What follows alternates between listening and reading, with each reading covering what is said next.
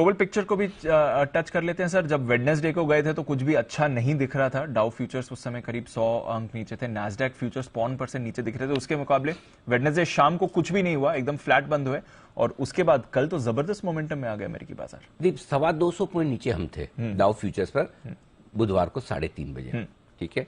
और बुधवार को अमेरिकी बाजार एकदम फ्लैट बंद हुए, जैसा हमारा बीच में निफ्टी बंद हुआ था 0.25, S&P एग्जैक्टली वहीं का वहीं जाकर बंद हुआ था। डाउ वगैरह में भी 5-10 पॉइंट का मुश्किल से मूव था।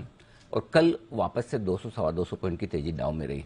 इंपॉर्टेंट ये नहीं है कि 225 पॉइंट की जो कमजोरी होनी थी उसके सामने 225 पॉइंट की कमजोरी, 225 पॉइंट की मजबूती, यानी कि आपको 450 पॉइंट की रिकवरी पर ट्रेड करना है। यस सर, वो इंपॉर्टेंट नहीं, इंपॉर्टेंट उससे ज्यादा एक फैक्टर मैं आपको बताना चाहता हूं।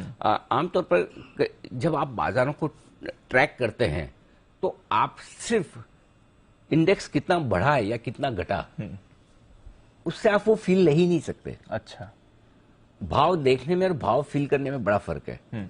4 दिनों के, पिछले 4 दिनों के डाउ के मूवमेंट को निकाल कर खोल के देखिए, 4 दिनों के मूव को।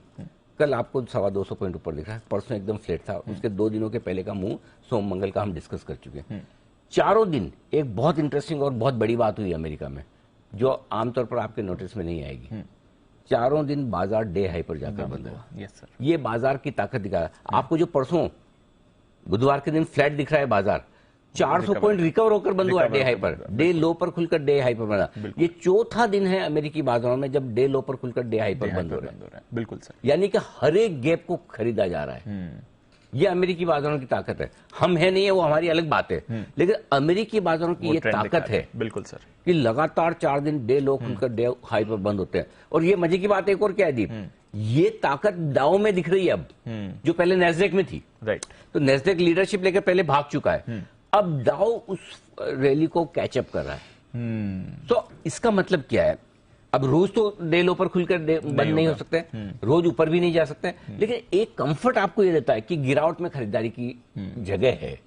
राइट सर, एक लेवल से नीचे 300-400 पॉइंट डाउ किसी लेवल से नीचे आएगा तो कोई खरीदने को तैयार बैठा है। जी, एब्सोल्युटली। और दूसरी बात है कि करेक्शन तो चाहिए, हर बार आपको चाहिए, और वो करेक्शन आपको इंटरडे में भी मिल जाता है, तो क्लोजिंग बेसिस पे आपका करेक्शन नहीं हो रहा।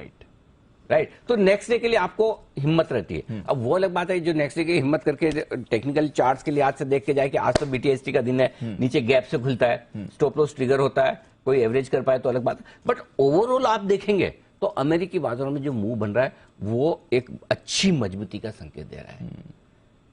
नो डाउट थोड़ा एक तरफा भागने के बाद नेस्डैक अभी जैसे थोड़ा सा रुकने लगा है जी, डाउ भी कहीं रुकेगा, लेकिन इनहरेंट जो अंदर से जो ताकत है ना, वो स्क्रीन पे साफ नजर आ रही कि हर गिरावट को अमेरिकी बाजारों में खरीदारी का मौका देखा जा रहा है। और जो हम पिछली बार बात भी कर रहे थे कि तेजी के मार्केट का संकेत ही सबसे ये है कि खराब खबर पे खरीदा जाता है, और मंदी के मार्केट का सबसे बड़ा संकेत है कि अच्छी खबर पर बेचा जाता है। तो अमेरिका में अब खराब खबरों पर खरीदारी का जो ट्रेंड शुरू हुआ है, उम्मीद करें बेहतर है। लेकिन मैं ये कहूंगा कि शुक्रवार की सुबह फरवरी सीरीज की शुरुआत, जो कि मैं हमेशा इस सीरीज को साल की सबसे अहम सीरीज इसलिए मानता हूं कि बजट होता है, इससे बढ़िया संकेतों की उम्मीद अगर आप करें तो आप ओवर ऑप्टिमिस्टिक हैं। बिल्कुल।